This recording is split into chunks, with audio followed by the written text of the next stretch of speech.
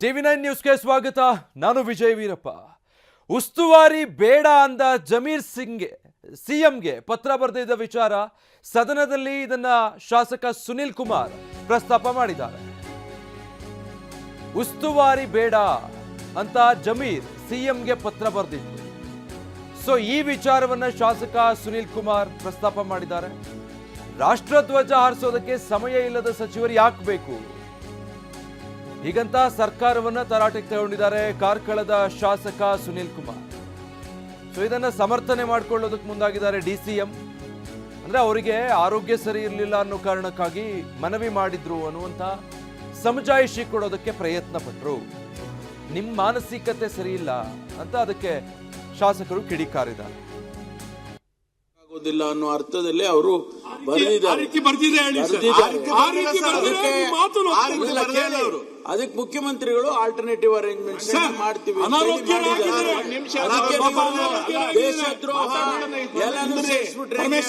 ಅವರ ಪತ್ರದಲ್ಲಿ ಆರೋಗ್ಯ ಸಮಸ್ಯೆ ಇದೆ ಅಂತ ಒಂದು ಶಬ್ದ ಇಲ್ಲ. ಅವ್ರು ಹೇಳಿರೋದು ಸಮಯದ ಅಭಾವ ಇಲ್ಲ, ಗನಂದಾರಿ ಕೆಲಸ ಇದೆ ಅಂತ ಹೇಳಿರೋದವರು. ಆರೋಗ್ಯ ಸಮಸ್ಯೆ ಹೇಳಿದಂತ ಕಾರಣಗಳು ಕೆಲವು ಇರುತ್ತೆ, ಮಾಡ್ಕೊಡ್ಬೇಕು ಇವರು. ಆಮೇಲೆ ಮಾತಾಡಿ ಸಭಾಧ್ಯಕ್ಷರ ಸಚಿವರು ಅವರ ಸಮಸ್ಯೆಗಳನ್ನ ಪತ್ರದ ಮೂಲಕ ಹೇಳಿದ ಕಾರಣಗಳು ಇರುತ್ತೆ. ನೀವು ಸುನಿಲ್ ರಾಜಕೀಯ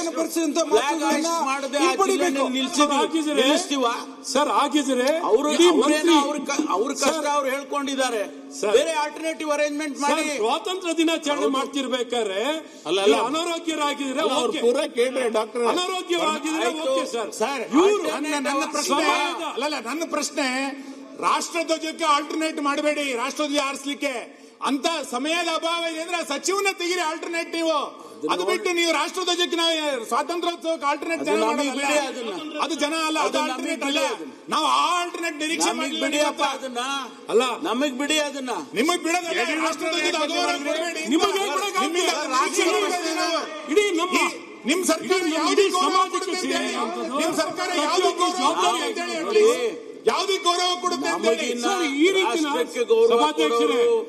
ಸ್ವಾತಂತ್ರ್ಯ ದಿನಾಚರಣೆಯನ್ನ ಈ ಕಾಂಗ್ರೆಸ್ ಸರ್ಕಾರದಲ್ಲಿ ಇದೇ ರೀತಿ ಆಚರಣೆ ಮಾಡೋದು, ರಾಷ್ಟ್ರಕ್ಕೆ ಗೌರವ ಈ ರೀತಿ ಈ ಕಾಂಗ್ರೆಸ್ ಸರ್ಕಾರ ಆಚರಣೆ ಮಾಡುವಂತದ್ದು, ನಡೆಸಿಕೊಳ್ಳುವಂಥದ್ದು.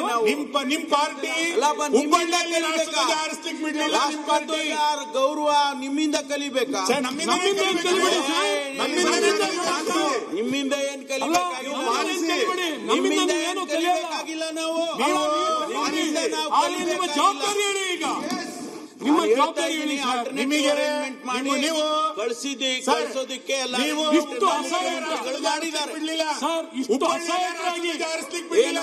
ಇಷ್ಟು ಅಸಹಾಯಕವಾಗಿರೋ ಸರ್ಕಾರ ಆಯ್ತು. ಈ ರೀತಿ ಸಮರ್ಥಿಸಿಕೊಳ್ಳುವಂತದ್ದು